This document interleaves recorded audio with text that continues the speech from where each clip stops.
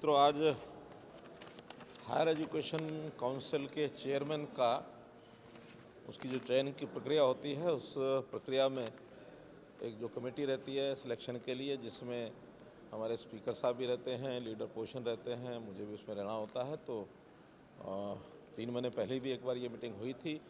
पहली बार चेयरमैन की नियुक्ति इस प्रोसीजर से होनी थी, लेकिन उसमें कोई प्रोसीजरल कमी रह गई थी, जिसके कारण से उस कमी को पूरा करके और आज फिर से वो मीटिंग रखी गई और उसमें कुल मिलाकर के 20 लोगों ने अप्लाई किया था और जिस कमेटी ने शॉर्टलिस्ट करना था, उस कमेटी ने उसमें से 3 लोग शॉर्टलिस्ट करके और आज इस फाइनल सिलेक्शन कमेटी के सामने रखा। उसमें से हमने एक नाम चयन करके और फाइनल किया है। जो पहले से हायर एजुकेशन काउंसिल में वाइस चेयरमैन इस समय चल रहे हैं, प्रोफेसर केसी शर्मा, जो पहले कुरुक्षेत्र यूनिवर्सिटी में 4 साल तक वाइस चांसलर रहे। अच्छा उनका एक्सपीरियंस है एजुकेशन का, यानी पढ़ाने का भी, और एक प्रकार से एडमिनिस्ट्रेटिव कैपेसिटी तो इसमें से देखी जा सकती है कि वो 4 साल कुरुक्षेत्र यूनिवर्सिटी के वाइस चांसलर भी रहे। उन्हीं को और चेयरमैन के नाते से आज हमने तय किया है और अब उनकी नियुक्ति हो जाएगी और उसके बाद शायद 3 साल की उसकी टर्म है और उसके बाद फिर नया चेयरमैन जब आएगा तो आएगा।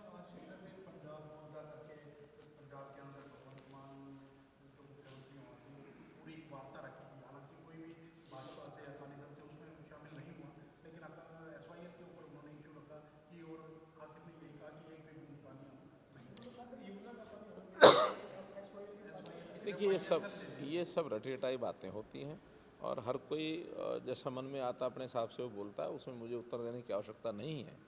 कारण क्या है कि ये सुप्रीम कोर्ट के अंतर्गत ये सारा विषय चल रहा है और जब सुप्रीम कोर्ट में कोई चीज़ होती है तो एक प्रकार से उस विषय पर कमेंट ना किया जाए तो अच्छा होता है।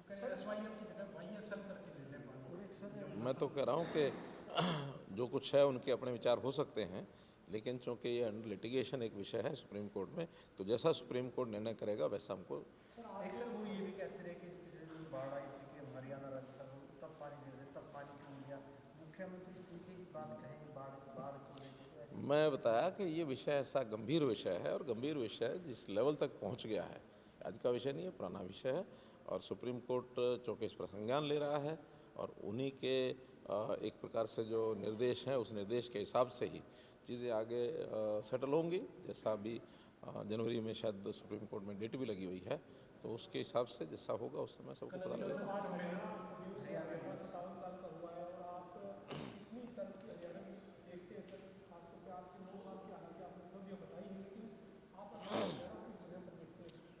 देखिए, आज के दिन मैं इस विषय पर कोई ऐसा नहीं कहूँगा कि केवल अपने 9 साल की उपलब्धियों की बात, क्योंकि हरियाणा दिवस है, हरियाणा प्रदेश जिसका जन्म 1 नवंबर और 1966 को हुआ था, 57 साल का हरियाणा हो गया।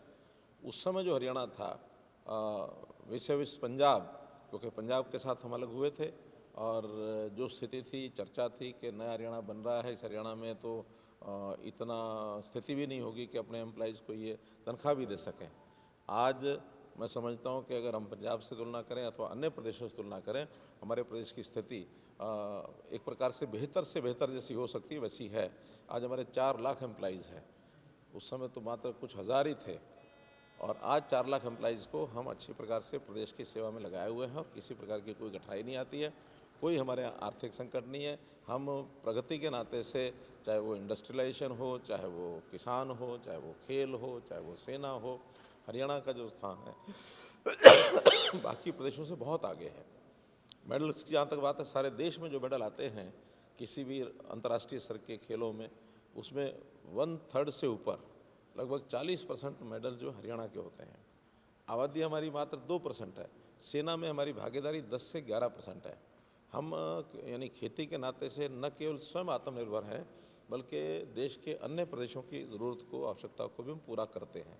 इंडस्ट्रियलाइजेशन का जहाँ तक विषय है, हमारे यहाँ एक बेस्ट ऑफ यानी जो डेस्टिनेशन है बना हुआ है, हरियाणा बना हुआ लोगों की चाहत का, और उसी का एक परिणाम है कि आज देश भर में जो जीएसटी इकट्ठा होता है, per capita GST collection Haryana का सर्वाधिक है। तो ये सारे फैक्टर्स ऐसे हैं जिसमें आप कह सकते हैं कि 57 साल का हरियाणा, सबका अपना अपना योगदान है। मैं आज इसमें कहूँ कि पूर्व की सरकारों का योगदान बिल्कुल नहीं था, जहाँ राजनीति की बात आएगी वहाँ उसकी तुलना हम करेंगे कि आखिर इन 9 सालों में हमने क्या किया, उन्होंने पहले क्या किया। लेकिन जहाँ तक पूरे हरियाणा का विषय है, हरियाणा 1966 से लेकर आज तक की जो यात्रा है, बहुत समृद्ध यात्रा, सुखी यात्रा, अच्छी यात्रा चली है और आगे इससे अच्छी यात्रा चलने की कामना करते हैं। कर्मचारियों को आज से मेडिकल सुविधा की आपने घोषणा कर दी है सर, कितने कर्मचारियों को किस रूप में लाभ मिलने वाला है सर? बहुत समय से हम लोग कोशिश कर रहे थे कि इसका एक सिस्टम बैठ जाए, लेकिन टेक्निकल चीज़ें होती हैं, वो चूँकि कैशलेस सुविधा देने के लिए हॉस्पिटल्स को डिपार्टमेंट के साथ सीधा जोड़ना पड़ता है और बीच के जो सारे पहलू, कुछ औपचारिक पहलू भी होते हैं, उनको पूरा करना पड़ता है, समय ज़्यादा लग गया। लेकिन आज से हमने अभी 2 विभागों को और कैशलेस के लिए एक प्रकार से सुविधा दी है, जिसके अंदर मत्स्य फिशरी और एनिमल हस्बेंड्री, इन 2 विभागों के कर्मचारियों को हमने कैशलेस का आज से शुरू किया। 1 महीने तक इसकी सारी एक सिस्टम को हम फॉलो भी करेंगे, मॉनिटर करेंगे और सिस्टम अगर फ्लॉलेस है, कोई दिक्कत कठिनाई नहीं आएगी तो फिर अगले महीने से बाकी कर्मचारियों को शुरू कर देंगे।